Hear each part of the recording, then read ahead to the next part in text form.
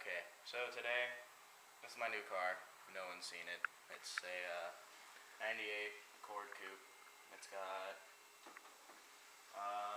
let's see, 74 on the engine and 14 on the transmission and clutch. But when I bought it, I had a little bit of a valve knock, so I'm adjusting all the valves today. This is the Honda F23A A1, and yeah, this is how you adjust your valves, okay? Alright, on each one of these, you have this rocker arm, and inside the end of this rocker arm you have a bolt, and then you have another, screw that goes into it. This is just to keep this locked in place. It goes up against the actual rocker arm. But when you have that little bolt on the bottom sticking out, you will get a little bit of a clearance there. Well, you buy this handy-dandy gauge from AutoZone, Advance, any parts store, and the outside needs to be, for this car, it's 12, and the exhaust side needs to be 12, and then the intake side needs to be 10. So you just find the gauge that says 10, and there's 12. And all you have to do is stick it in there, make sure it's kind of rough to move around in there, because that's usually about when it's spot on, and then you're good when you adjust them. Alright, I'm going to show you the actual procedure. Alright, first things first, on this car, on the inside of the timing wheel, can't really see it, but there's going to be an arrow on one of these prongs. The arrow needs to be straight up to let you know that it's on cylinder 1. It's not on there right now because I'm on cylinder 4 right now, but that's what you gotta do. Then you come here, and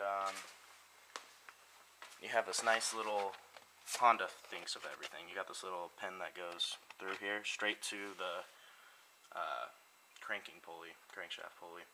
And then what you do is you do it counterclockwise, and every quarter turn is another cylinder.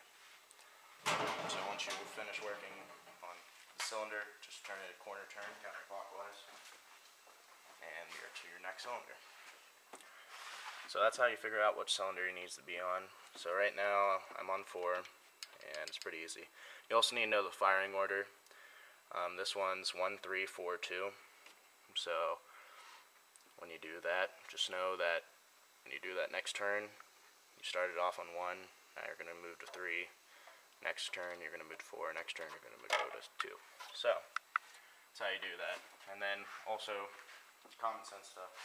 You have to take off the actual valve cover, which this one's kind of dirty, but don't worry about cleaning it, because if it's got a little sludge on it, it's not going to make a difference to anything else. You can clean it if you want to. I did it on every car until someone told me it doesn't make a big deal. I'm also going to paint this because it's starting to flake off, but yep, just valve covers. You only have 5 bolts you have to take out, and then just pry it off the head. Alright, I'm going to show you how you actually adjust it. So, I got a valve right here. I've already loosened this nut right there. And what you want to do, since it's on the intake side, take your gauge, find 10. Should I get a fine 10? Alright. And then you just stick it under there and see if it's tight. This happens to be too tight. So what I need to do is I need to go counterclockwise and unscrew this top screw until I get a good enough gap that I can fit this in there. Which still doesn't want to go in there. And also, having over-tightened valves is bad. A lot of people are like, oh, I'll just make it have a smaller clearance so I won't have to adjust valve again.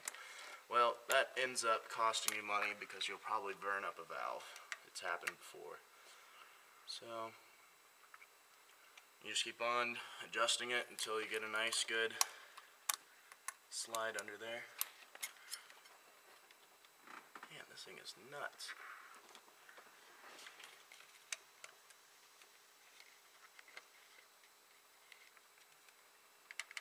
There we go. This was over tightened, as you can see. Just not a good thing. And you're supposed to do this, the manual says, whenever valves get noisy.